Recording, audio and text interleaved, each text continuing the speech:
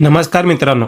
पहिल्या भागाच्या भेटीनंतर आता समीर काका आणि रिया यांच्यातील संकोच हळूहळू कमी झालं होतं. मुंबईचा पाऊस तर जाणून त्यांच्या नात्यात दररोज नवीन रंग भरत होतं.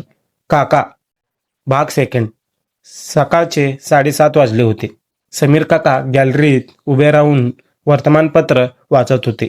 रिया स्वयंपाकघरातून चहा घेऊन आली. तिने पांढऱ्या रंगाच्या कुर्ला घातला होता, ज्यावर तिचे मोकळे केस खूपच छान दिसत होते. काका, तुमच्या स्पेशल आलू घातलेला चहा. रियाने हसून कप पुढे केली. समीर काकांनी पेपर बाजूला ठेवला आणि तिच्याकडे पाहिलं. तिच्या नजरेत एक कौतुक होता. रिया, तू आल्यापासून या घराला सकाळी सकाळी एक वेगळीच उत्साह असतो. नाहीतर मी एकटा आणि हा रिकामा प्लॉट. रियाने बाजूला असलेल्या खुर्चीवर बसत विचारले. काका, तुम्ही इतकी वर्ष एकटे कसे राहिलात? तुम्हाला कधी कंटाळा आला नाही का? समीर काकांनी चहाचा घोट घेतला आणि बाहेर पडणाऱ्या पावसाकडे पाहू लागले. कंटाळा नाही ग, पण सवय झाली होती.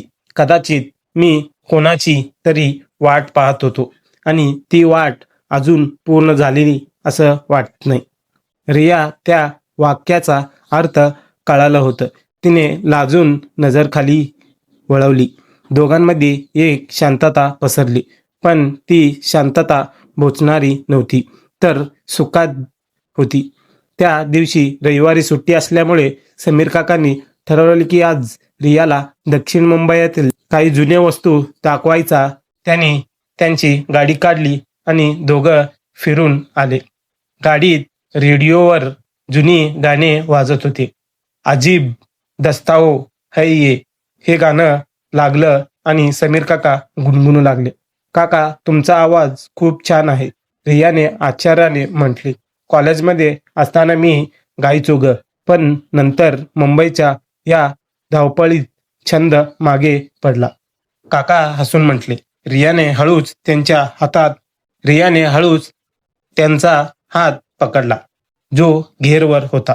आता मी आलोय ना, आता तुमचे कोणतंच छंद मागे पडू देणार नाही. समीर काकांनी रियाच्या हातावर आपली पकड घट्ट केली. त्या स्पर्शात एक अस्वस्थपणा होता. संध्याकाळी ते गेटवे ऑफ इंडियाला पोचले. समुद्राच्या लाटा जोरात उसळत होते आणि तुषार अंगावर उडत होते. रिया लहान मुलासारखी पावसात भिजत होती. काका, बघा ना, किती छान वाटतंय, ती आनंदाने ओरडली. समीर काका लांब उभे राहून तिचे हे निरागस रूप निहाळत होते. त्यांना वाटलं की 40 वर्षाच्या आयुष्यात त्यांनी आजवर जे काही कमवलं त्यापेक्षा हा क्षण कितीतरी पटीने मोठा आहे. रिया धावत त्यांच्याजवळ आली आणि भिजलेल्या हाताने त्यांचा हात धरली. काका, तुम्ही भिजा ना. त्यांच्या स्पर्शाने समीर काकांच्या मनात एक वेगळीच भावना जागृत झाली. त्यांनी तिला जवळ घेतला. रियाच्या चेहऱ्यावर त्यांच्या छातीपाशी होता. तिला काकाच्या हृदयाची धडधड स्पष्ट ऐकू येत होते. रिया, हे नातं खूप गुंतागुंतीचे आहे, तुला समजतंय ना? काकांनी गंभीर स्वरात विचारले. रियाने मान वर करून त्यांच्या डोळ्यात पाहिलं. काका, मन जेव्हा कोणाला आपलं मानतं तेव्हा नाती पण नाव घेणं ठरतात. मला फक्त तुमची साथ हवी आहे. घरी परतताना खूप रात्र झाली होती. बाहेर वीज कडकडत होता. रियाला लहानपणापासून विजाची भीती वाटायची. घरात आल्यावर वीज अचानक गुल झाली. काका, रिया जोरात ओरडली आणि हॉलमध्ये असलेल्या समीर काकांना घट्ट भिलंगली.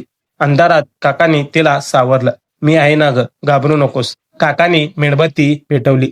मेणबत्तीच्या छंद प्रकाशात रियाच्या भिजलेलं रूप अधिकच उजळून दिसत होतं. काकांनी हळूच रियाच्या ओला पट्टा कानामागे केल्या. दोघांच्या नजरात एकमेकांचा गुंतलेला होत्या. त्या क्षणी त्यांना ना समाजाचा भान होता, ना वयाचा. फक्त दोन मन एकमेकांशी संवाद साधत होते. रिया, तू माझ्यासाठी खूप स्पेशल आहेस. काका हळूच म्हटले. रियाने त्याचे हातात आपला गालावर ठेवलं. आणि तुम्ही माझं संपूर्ण जग आहात. समीर काका आणि रियांच्या आयुष्यात सुखाचे दिवस वेगाने जात होते. पण मुंबईच्या समुद्रात जशी भरती ओव्हट येते तशीच त्यांच्या नात्याही एक मोठी लाट येणार होती. एका दिवशी कोल्हापूरहून रियाची चुलती समीर काकांची वहिनी अचानक मुंबईला आल्या. रिया आणि काकांचे एकमेकांकडे बघणे, काकांचे रियासाठी गजरे आणणे, हे दोघांमधील ती ओढ वहिनीच्या नजरेतून सुटली नाही. रात्री जेव्हा रिया झोपली होती तेव्हा वहिनी समीर काकांना गाठलं. समीर, हे काय चाललंय? ती तुझ्या भावाची मुलगी आहे, तुझ्या मुलीसारखी आहे. या नात्याला नाव काय देणार तू? समीर काका शांत राहिले. त्यांच्याकडे उत्तर नव्हतं, पण मनात स्पष्टता होती. वहिनी, नातं रक्ताचं असेल तरी मनाचं नातं वयाला आणि नियमाला जुमानत नाही. मी रियाला फक्त सांभाळत नाहीये, तर मी तिच्यावर मनापासून प्रेम करतोय. वहिनी रागाने म्हटले, हे समाजाला पटणार नाही. उद्या सकाळची मी रियाला कोल्हापूरला घेऊन जाणार. त्या रात्री रिया आणि समीर काका दोघंही झोप आली नाही. रियाला कळालं होतं की आता तिला मुंबई सोडून जावं लागणार. ती समीर काकांच्या खोलीत गेली. दोघंही खिडकीपाशी उभे राहून पावसाकडे बघत होते. काका, मला सोडून जाऊ नका, रिया रडत म्हटली. काकांनी तिचे अश्रू पुसले. रिया, कधी कधी काही पावलं मागे जावं लागतं, जेणेकरून आपलं भविष्यात एकमेकांचे एकत्र येऊ शकतो. तू जा, पण स्वतःवर विश्वास ठेव. मी लवकरच तुला न्यायला येईन. त्या रात्री त्यांनी एकमेकांना वचन दिली की परिस्थिती कितीही कठीण आले तरी ते हरणार नाहीत. रिया कोल्हापूरला गेली. तिचे फोन येणं बंद झालं होतं, कारण घरच्यांनी तिचा फोन काढून घेतला होता. तिने तिच्या लग्नाच्या हालचालीत सुरू झाल्या, पण रियाने ठामपणे नकार दिली. तिने स्पष्ट सांगितलं, मी लग्न करणार तर फक्त समीर काकांशी, नाही तर मी आयुष्यभर अविवाहित राहीन. इकडे मुंबईत समीर काकांची मन लागेना. त्यांनी ठरवलं की आता गप्प बसून चालणार नाही. त्यांनी सर्व हिंमत एकवटली आणि आपल्या मोठ्या भावाशी, रियाच्या वडिलांशी बोलायचं ठरवलं. समीर काका कोल्हापूरला पोचले. घरातले वातावरण गरम होता, पण समीर काकांनी अत्यंत शांतपणे सर्वांना समजवलं, दादा, मी आयुष्यभर तुमच्या शब्दाबाहेर गेलो नाही, पण आज माझ्या आयुष्याचा प्रश्न आहे. रिया माझ्याकडे सुरक्षित राहील, सुखी राहील याची खात्री मी देतो. आम्हाला फक्त तुमचा आशीर्वाद हवाय. समीर काकांच्या प्रामाणिक आणि रियाच्या ठाम निर्णय पाहून वडिलांचे मन विरंगळे.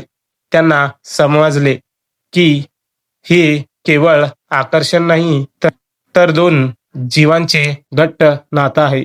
काही महिन्यानंतर मुंबईच्या एका शांत मंदिरात समीर आणि रियाचा विवाह सोहळा पार पडला. मोजकेच जवळचे नातेवाईक उपस्थित होते.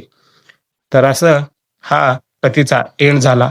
दोघंही आता सुखी संसार जगत आहेत.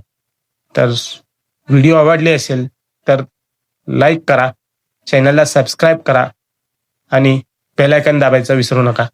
तर जय महाराष्ट्र मित्रांनो, धन्यवाद.